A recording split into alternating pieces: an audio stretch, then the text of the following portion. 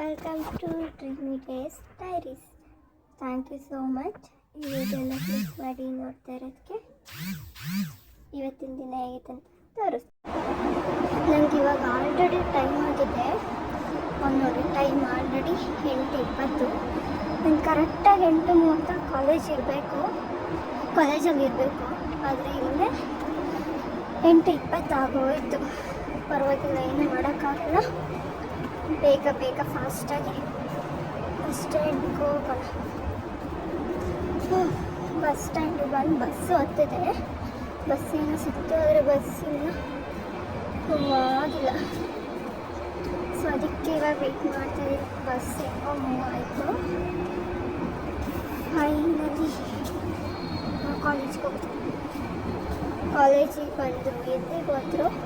ಈ ಲಿಫ್ಟಿಗೋಸ್ಕರ ವೆಯ್ಟ್ ಮಾಡೋಂಥ ಒಂದು ಸಂದರ್ಭ ನನಗಂತೂ ತಪ್ಪೋದೇ ಇಲ್ಲ. ಮತ್ತಿವಾಗ 4:20 ಆಗಿದೆ. ನಾನು ಮಧ್ಯಾಹ್ನ ಊಟ ಮಾಡಿದ್ದೇನೆ 12:20. ಆಲ್ರೆಡಿ ತುಂಬ ಹೊಟ್ಟೆ ಹಸ್ವಾಗಿತ್ತು, ಅದಕ್ಕೆ ಅಂಗಡಿಗೆ ಬಂದಿದ್ದೀನಿ.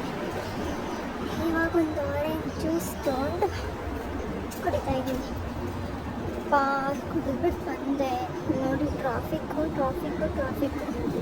ನಿಜವಾಗ್ಲೂ ಆಲ್ರೆಡಿ ಟೈಮ್ ಆಗಿದೆ. ಇಷ್ಟೊತ್ತಿಗೆ ಆಲ್ರೆಡಿ ನಾನು ಹೋಗ್ಬಿಡ್ತಿದ್ದೆ. ಬಟ್ ಇವತ್ತಂತೂ ತುಂಬ ಟ್ರಾಫಿಕ್ಕು.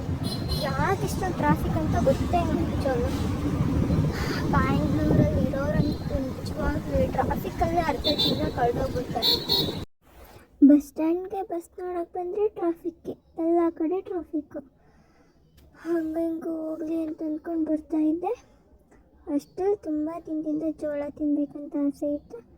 ಫೈನಲಿ ನನ್ನ ಆಸೆ ಇವತ್ತು ಈಡೇರ್ತು. ಆಮೇಲೆ ಬಂದೆ ತಲೆಗೆ ಎಣ್ಣೆ ಹಚ್ಕೊಳ್ಳೋಣ ಅಂತ. ನೋಡಿ ನನ್ನ ಪರಿಸ್ಥಿತಿ.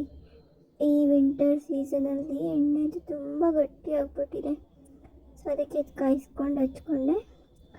ಆಮೇಲೆ ಸ್ವಲ್ಪ ಹೊತ್ತು ಓದೋಣ ಅಂತ ಕೂತ್ಕೊಂಡೆ. ಬಟ್ ಓದೋಕ್ಕಾಗ್ತಿರ್ಲಿಲ್ಲ ನಿಜ. ಆದರೆ ಏನೂ ಆಪ್ಷನ್ ಇಲ್ಲ.